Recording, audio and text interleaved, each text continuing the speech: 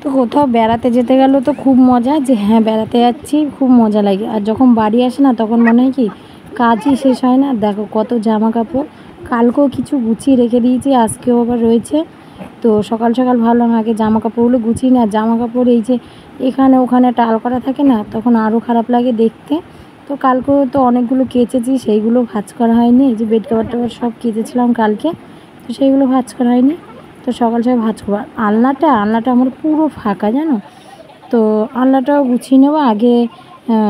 খাটের জামা কাপড়গুলো সব গোছালাম, তো এখন আলনাটা গুছিয়ে নিচ্ছি। দেখো আলনা কিন্তু পুরো ফাঁকা, কারণ আমি তো বাড়ি ছিলাম না। শাশুড়ি সবসময় আলনার থেকে জিনিস বের করে চেয়ারে রেখে দিত। খাওয়া দাওয়া সব হয়ে গেছে। আর ছেলে খেয়েছে, কাঁঠাল ছিল, কাঁঠাল খেলো, আর বিস্কিট জল দিয়ে ভিজিয়ে খেয়েছে। আর আমি এখন চা নিয়েছি, এই যে চা,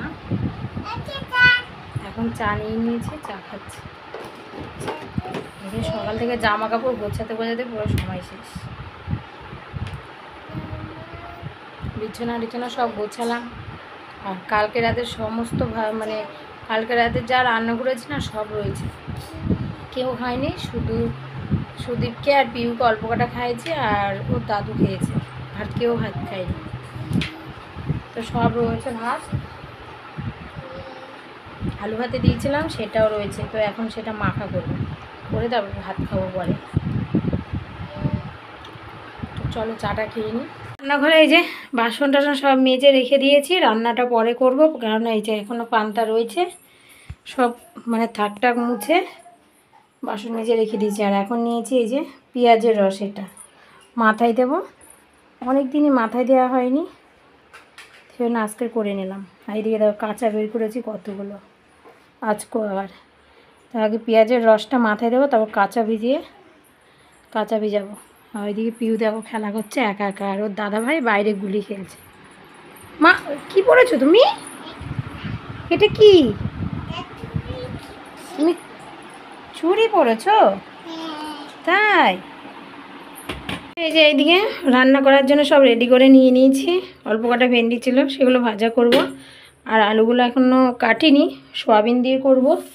আর এই যে এইদিকে সয়াবিন ভিজিয়ে রেখেছি, জল টেনে গেছে। আর সসপ্যানে আছে চালটা ধুয়ে ভিজিয়ে রেখে দিয়েছি। তো রান্না করব আরও পরে, করে রান্না করব, তাহলে একবারে রাতের জন্য হয়ে যাবে। আলুটা আসে। আর এখনও ঘর ঝাড় দেবো, ঘর মুছবো।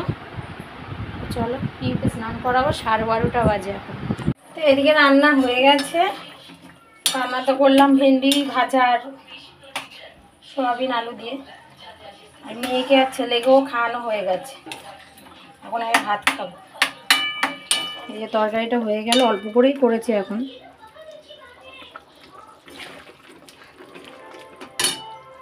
তো হয়ে গেছে তরকারি, চলো এখন ভাত খেয়ে নিই। যে দুপুরবেলা ভাতটা খেয়ে ওই যে কাকি উনুনটা বানিয়ে দিয়েছে, সেই কাকিকে ডেকে এনে আবার ঠিকঠাক করে নিলাম। আজকে পুরো লেপে পুষে একদম, মানে কালকে থেকে রান্না করতে পারবো সেই অবস্থা করেছে। আর এখন হলো আমি ঘুমাবো, আর পিউকেও ঘুম পাড়াবো। পিউকে এখনও ঘুম পাড়ানো হয়নি। পিউ খুব দুষ্টু করছে এত সময়। ওই কাকিকে মানে যতই হোক উনুন বানিয়ে দেয়, মাটিগুলো তো একটু চটকি দিচ্ছিলাম।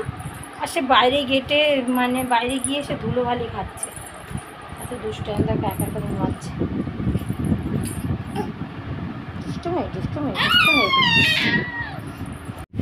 তো এখন দেখো রাতে রান্না বসাবো। রান্না করবো হলো ডাল আর ভাত তো করবো।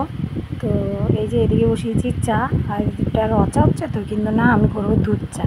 আর আমি মানে গুঁড়ো দুধের চা করতে পারি না। তো আগে চা পাতা মানে রচাটা করে নিই, তারপরে গুঁড়ো দুধটা কাপে নিয়ে গুলে নিই, গুলে তারপরে আবার বাটিতে দিয়ে চাটা একটু ফুটিয়ে তারপরে খাই।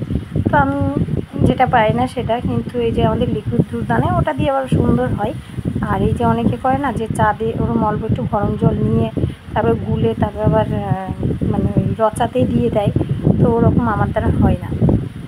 তো এই যে আবার দিয়ে দিলাম বাটিতে, তারপরে একটু ফোটানোর পরে নামিয়ে নিয়েছি। তো এইদিকে করেছি পাউরুটি ছেঁকছি, আর এদিকে ডালটা বসিয়ে দিয়েছি প্রেশার কুকারে। আর ডালটা না পাতলা করবো না, এই যে পাতলা করিনি, মানে একটু ঘন ঘনই করেছি। তো আমি চেয়েছিলাম যে আরও শুকনো করতে, কিন্তু না রাতে খাবে শুধু ডাল আর দুপুরে একটু তরকারি আছে। তো নিয়ে এসছে কাঁঠাল, কাঁঠাল এখন ভাঙবো। তো চলো কাঁঠাল ভেঙে নিই।